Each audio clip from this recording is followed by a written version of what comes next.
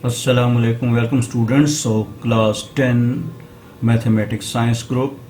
Today our topic type number 4 exponential equations in chapter 1. In exponential question variable occurs in exponent. The method of solving such equations is illustrated through an example. कि ये एक ऐसी type की equation होती हैं जिसमें किसी भी वेरिएबल या जो हमारे पास उसका कांस्टेंट होता है उसमें जो पावर होती है उसके एक्सपोनेंट में होती है। मतलब जो वेरिएबल होता है उसकी ये कांस्टेंट की पावर के अंदर होता है। ठीक है, अब ये देखें हमारे पास, इसको एग्जांपल की मदद से समझाने की कोशिश करता हूँ। 5 की पावर है 1 प्लस एक्स प्लस 5 की power 1 minus x equal to 26। अब ये 5 एक डिजिट है और 1 प्लस एक्स उसकी पावर है। ठीक है, इस तरह ये भी 5 एक डिजिट है और 1 माइनस एक्स उसकी पावर है। जिस तरह हम अक्सर देखते हैं square power, cube power, x की क्यूब या एक्स का स्क्वायर या एक्स की 5, ऐसे। तो जस्ट लाइक वैसे ही ये 5 की ये पावर है। इनको डील करने के लिए हम क्या करते हैं, जो इनकी बेस होती है, ये 5 बेस कहलाता है।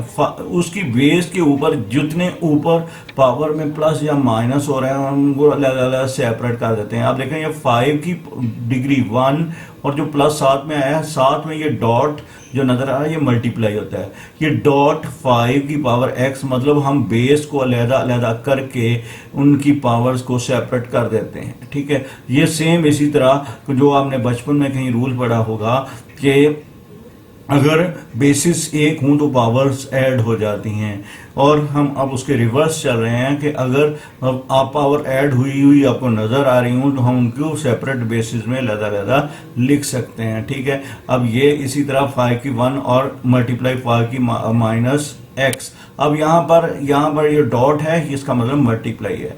ठीक है, इक्वल टू 26। अब इसको हमने 5 की पावर 1 है वो 5 ही रहेगा, क्योंकि किसी भी चीज़ की पावर 1 हो तो 1 ही रहता है। 5 की x प्लस 5। अब जो नेगेटिव है उसको हम कोशिश करते हैं कि पॉजिटिव बनाया जाए, और अगर पॉजिटिव नेगेटिव ऊपर है तो उसको नीचे ले जाएं, पॉजिटिव हो जाता है। अगर नीचे नेगेटिव है उसको ऊपर ले जाएं, पॉजिटिव हो जाता है। अब ये 5x, अब यहाँ पर 5 की पावर माइनस एक्स था, उसको हमने डिवीजन में ले गया तो 5 की पावर x हो गया और ये 5 ऊपर आ गया। अब माइनस 26 इक्वल 0। अब हम लेट करते हैं ये 5 का जो साथ x है इसको हम एक और वेरिएबल के अगेंस्ट लेट करते हैं, 5x is equal to y। Then equation 1 becomes 5y, मतलब 5x की जगह पर हम y लिख दिया और इधर भी 5x की जगह पर y लिख दिया। 5y plus 5 over y minus 26। अब इसको एलसीएम से सॉल्व किया तो 5y square plus 5 minus 26 equal to 0। इसको रीअरेंज किया तो ये 5y square minus 26y plus 5 आ गया। अब हम इसकी ये मिड टर्म ब्रेकिंग करेंगे, 5y square minus 25 minus y plus 5। अब 25 और माइनस 1 को प्लस करेंगे तो हमारे पास माइनस 26 आता है। मल्टीप्लाई करेंगे तो 25 आ जाता है, क्योंकि हम जब इसको मल्टीप्लाई करते हैं 5 इंटू 5 वो 25 होता है, तो इस दोनों का प्रोडक्ट भी 25। अब यहाँ से 5y common, y minus 5 minus 1 y minus 5 equal to 0। अब y माइनस 5 दोनों में मौजूद है, यहाँ से कॉमन आ गया 5y माइनस 1। अब यहाँ पर दोनों को इधर बारी बारी y 0 के इक्वल लेकर हम ये कर लेते हैं, तो इसके बाद हमारे पास जो वैल्यू आई है y इज इक्वल टू 5 और 5y माइनस 1 इक्वल टू, अब ये 5 इधर जाकर डिवाइड हो गया तो y is equal to 1 over 5। अब हमारे पास जो हमने असल में लेट किया था वो y is equal to 5x था। अब जहां पर हमारे पास y इज इक्वल टू 5 है तो 5x के सामने वो वैल्यू लगा देंगे, 5x इज इक्वल टू 5 की पावर 1। अब अगर बेसिस सेम हो तो पावर इक्वल होती हैं। ठीक है, अब देखो 5x और 5 दोनों बेसिस 5 हैं तो इनकी पावर x और ये 1 आपस में इक्वल आ जाएंगी, implies that x is equal to 1। और इसी तरह ये दूसरा है 5x इज इक्वल टू 5 की पावर माइनस 1 तो x की पावर माइनस 1। अब हमारे पास सोल्यूशन सेट दो वैल्यूज आ गई, एक x की पावर 1 और एक x की पावर माइनस 1। दोनों को सेपरेट लिखते हैं या एक ही जगह पर ऐसा करके लिखते हैं।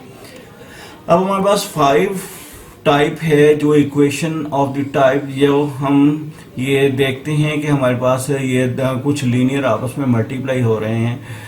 अब a प्लस बी और equal to c plus d. अब हम a और b को प्लस करते हैं, वो c और d के प्लस के बराबर होते हैं। मतलब हमारे पास जो वेरिएबल्स के साथ कांस्टेंट हैं, अगर हम उनको प्लस करें किसी दो को, तो हम देखते हैं कि किसी दो और के बराबर वो आ जाते हैं। ठीक है, आप देखें हमारे पास ये एक इक्वेशन है, x minus 1 multiply x plus 2 multiply x plus 8x। अब देखते हैं हम गौर से, अब इसको रीअरेंज करते हैं। हमने इसको रीअरेंज करके लिखा। अब हम देखते हैं कि अगर हम x माइनस 1 और x प्लस 8 को इकट्ठा करें, तो इनके दोनों को जो साथ हैं, जो कांस्टेंट हैं, इनको प्लस करें तो 7 आता है। इसी तरह 5 और 2 को प्लस करें तो वो 7 आता है। ये हमने जस्ट अरेंजमेंट की है, और क्योंकि ये सारे मल्टीप्लाई में हो रहे हैं तो मल्टीप्लिकेशन को कोमोटेटिव और एसोसिएटिव होती है, आगे पीछे लिखने से कोई फर्क नहीं पड़ता है। तो हम देखते हैं कि हमने इनको अरेंज करके लिख लिया है, उस पर कोई हमें रूल्स इजाज़त देते हैं, कोई फ़र्क नहीं पड़ता। अब हम इनको मल्टीप्लाई करते हैं, इसको इस सेक्टर को जो बड़ी ब्रैकेट्स के अंदर हमने अरेंज किया, इसको अलहदा मल्टीप्लाई किया और इसको अलहदा मल्टीप्लाई किया। अब गौर से देखें, इसके दो vector x square plus 7x और इसमें भी ये एक सेम आ गए हैं। जब ये सेम आ गए तो इनको हम एक और वेरिएबल के अगेंस्ट लेट कर लेते हैं, x square plus 7x is equal to y. अब y कहाँ पर लिखना है? जहाँ पर आपको ये वाली वैल्यू नज़र आती है। कौन सी वैल्यू नज़र आती है? ये जो हमें हर एक जगह पर, ये देखें मेरे पास ये है x,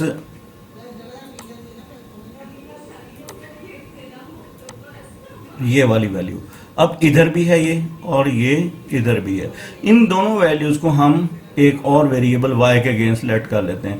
अब इस जगह पर ये y माइनस 8 और इस जगह पर भी y प्लस 10 लिखने के बाद हम देखते हैं, जब इसको हम मल्टीप्लाई करते हैं अगेन, तो हमारे पास एक ये इक्वेशन आ गई। ये कौन सी इक्वेशन है? अब ये देखें, ये हमारे पास एक इक्वेशन है जिसको हम क्या कह सकते हैं, ये हमारी वो इक्वेशन है जिसको हम क्वाड्रेटिक बोला करते हैं। ठीक है, ये quadratic y square plus 2y minus 99।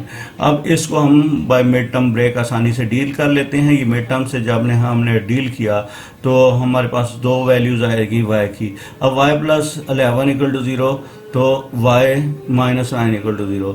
अब यहाँ पर y की जगह पर हम अगर ये बात देखें एक्स स्क्वायर प्लस 7x, तो हम वो पुट कर देते हैं।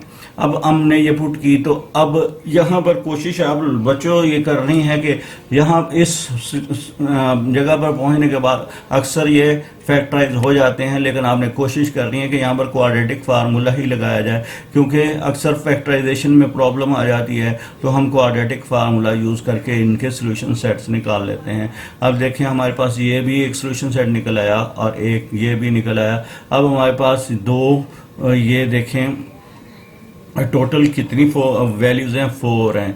ठीक है, इसका मतलब है इस तरह के कि हमारे वेरिएबल कितने थे। अब ऊपर देखते हैं हम क्वेश्चन में कितने वेरिएबल हैं, x, एक और x, एक और x, एक और x, कितने हैं? सारे मल्टीप्लाई हो रहे हैं। तो मतलब x की 4 की हमें यहाँ पर पॉसिबिलिटी नज़र आ रही है। तो हमें x की 4 जैसे ही ज़हन में आया, तो हमारे पास कितने सोल्यूशन सेट होंगे? 4 ही होंगे। तो देखिए हमारे पास ये 4 हैं, 2 ये हैं और 2 ये हैं। ओके स्टूडेंट, कल से इंशाल्लाह हम एक्सरसाइज स्टार्ट करेंगे। अस्सलाम वालेकुम।